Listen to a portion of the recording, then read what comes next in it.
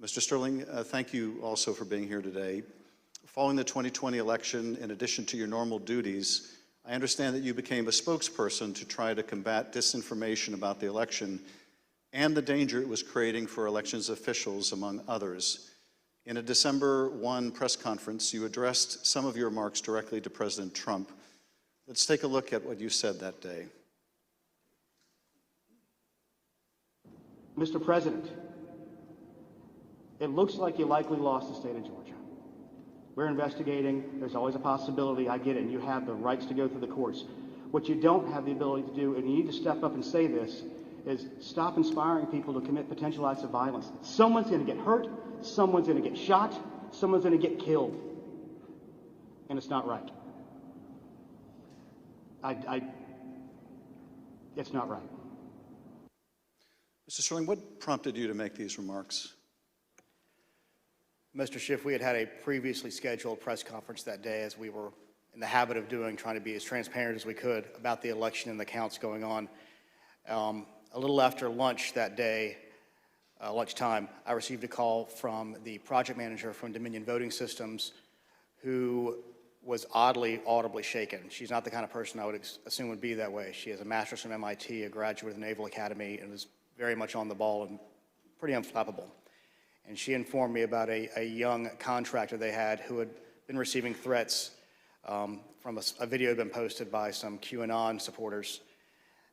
And at that point, we had been steeping in this kind of stuff. So it was around us all the time. So I didn't take note of it more than adding to the pile of other stuff we were having to deal with.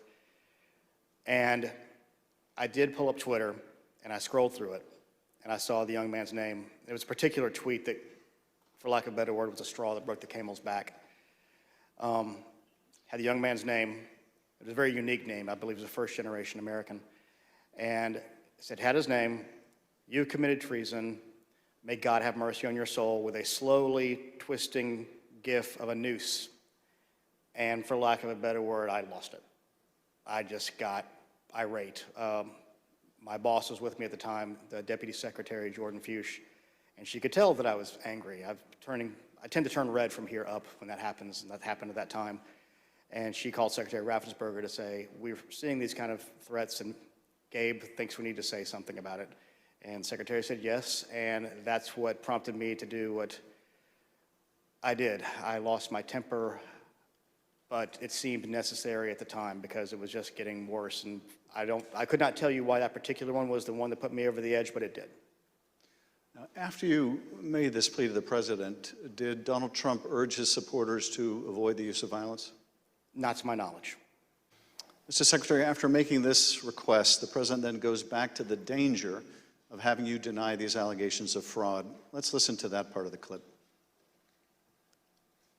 And I watched you this morning, and you said, well, there was no criminality, but I mean, all of this stuff is very dangerous stuff. When you talk about no criminality, I think it's very dangerous for you to say that. Secretary Raffensperger, you wrote about this in your book, and you said, quote, "I felt then and still believe today that this was a threat. Others obviously thought so too, because some of Trump's more radical followers have responded as if it was their duty to carry out this threat. Please tell us what you, your wife, even your daughter-in-law experienced regarding threats from Trump's more radical followers." Well, after the election, my email, my cell phone was doxxed, and so I was getting texts all over the country, and then eventually my wife started getting the text, and hers typically came in as sexualized texts, which were disgusting.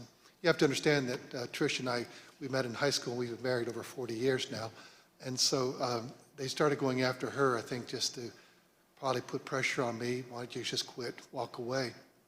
And so that happened. And then some people broke into my daughter-in-law's home.